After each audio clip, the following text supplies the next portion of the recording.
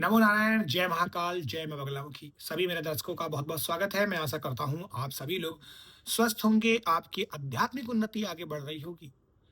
आज के मेरे वीडियो का टॉपिक है कि पूजा-पाठ में जो फूल बनता है, उससे हम कैसे शक्तियाँ प्राप्त करें? क्या होता है उस फूल का मतलब? क्या आपके पूजा के दीपक में भी वो फूल बनता है? देखिए, धातुएँ, जैसे हम पंच धातुओं से हमारा शरीर मिलकर बना होता है, जो एक भगवान ने संरचना की है ना इंसान की, वो पंच धातु से निर्मित है। उन पंच धातुओं में से जब हम पूजा पाठ साधना करते हैं, 3 धातु हमारे पास होती है।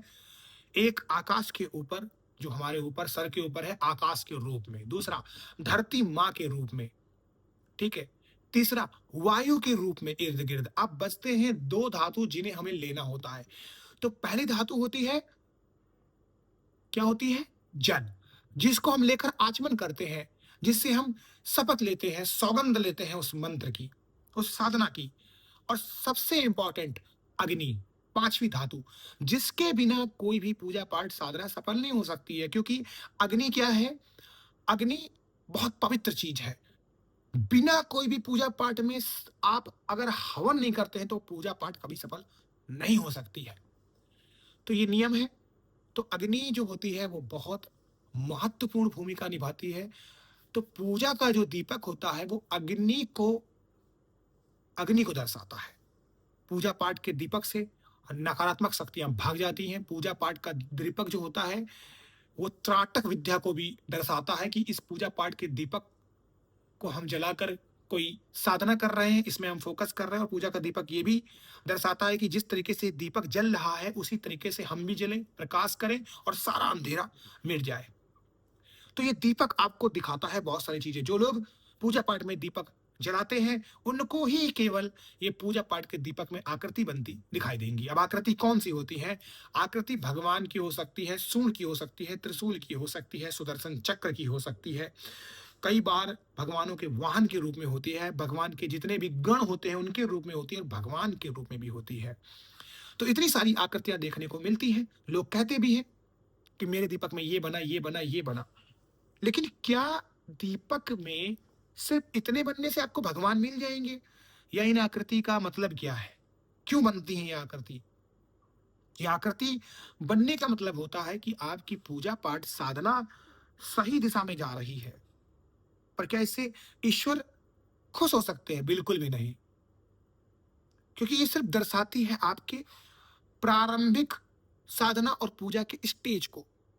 ये एक स्टेज है जहां पर ये दर्शा रहा है कि आपकी पूजा पाठ बहुत सही रूप में आगे बढ़ रही है। लेकिन आप इसमें सफलता तब प्राप्त करेंगे जब आप और पूर्ण रूप से इसमें जाएंगे। एक समय ऐसा आएगा कि दीपक में आकृतियां बनना बंद हो जाएंगी। अब आपका मन और अच्छे से लगने लगा है। अब आपकी अग्नि जो है वो भभकती नहीं है, धधकती नहीं है, एक लौ में जलती है। अब आपकी अग्नि भगवान की तरफ को मुड़ सकती है। तो ये और ऊपर के लेवल का स्टेज होता है।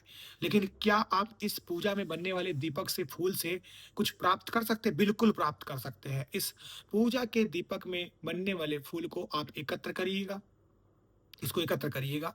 महीने में 1 बार आप इसमें थोड़ा-सा चंदन मिलाकर, थोड़ी-सी रोली मिलाकर, थोड़ी-सी हल्दी मिलाकर, थोड़ा-सा घी डालकर, थोड़ा-सा शहद डालकर इसको अच्छे से, चाहे तो आप फूल को भी डाल सकते हैं, कोई फूल को तोड़ के ऐसे उसको निचोड़िए, लेप बनाइए एक अच्छा-सा और इसे पीसिए सिलबट्टे में अच्छे से। अब इसका टीका लगाना स्टार्ट कर दीजिएगा। ये वशीकरण करता है, ये सम्मोहन करता है, ये आपके आज्ञा चक्र को खोलता है, ये आपको सिद्धि देता है, रिद्धि देता है, फल देता है। बहुत से लोग इसको पकड़ नहीं पाते हैं, समझ नहीं पाते हैं, भूल जाते हैं। तो पूजा का जो दीपक होता है वो पवित्र होता है, यह आपको दर्शाता है। पूजा का दीपक आपको बताता है। जो लोग अभी तक पूजा के दीपक को नहीं जला रहे थे, उनको चाहिए कि इस दीपक को वो जलाएं। बिल्कुल जलाएं, इससे उनको फायदा मिलेगा, क्योंकि बिना दीपक को जलाए आपकी जिंदगी से अंधकार नहीं मिट सकता है। अंधकार तभी मिटेगा जब आप सही से ईश्वर को दिखाएंगे कि मैं आपका भक्त हूं और देखिए मैं आपके लिए ये कर रहा हूं। तो पूजा का दीपक आप ज़रूर जलाएँ अपनी पूजा पाठ में। जो मैंने आपको तरीका बताया है, वो आप करिएगा। पूजा का दीपक केवल यही मात्र नहीं है कि इससे आपकी साधना बहुत आगे बढ़ चुकी है, आपको सिद्धि मिल गई। पूजा का दीपक सिद्धि नहीं दिखाता है, पूजा का दीपक ये दर्शाता है कि आप तन, मन, धन से पूजा पाठ साधना में जिसको भी आप कर रहे हैं, उसमें आप सही तरीके से काम कर रहे हैं। तो पूजा पाठ साधना जो होती है, वो ये दर्शाता है।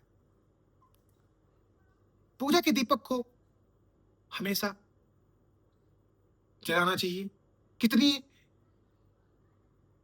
देर तक जलाना चाहिए, ये आपके ऊपर है, साधना के ऊपर है। कुछ लोग अखंड ज्योति जलाते हैं। किसका जलाना चाहिए, ये भी आपकी साधना के ऊपर है।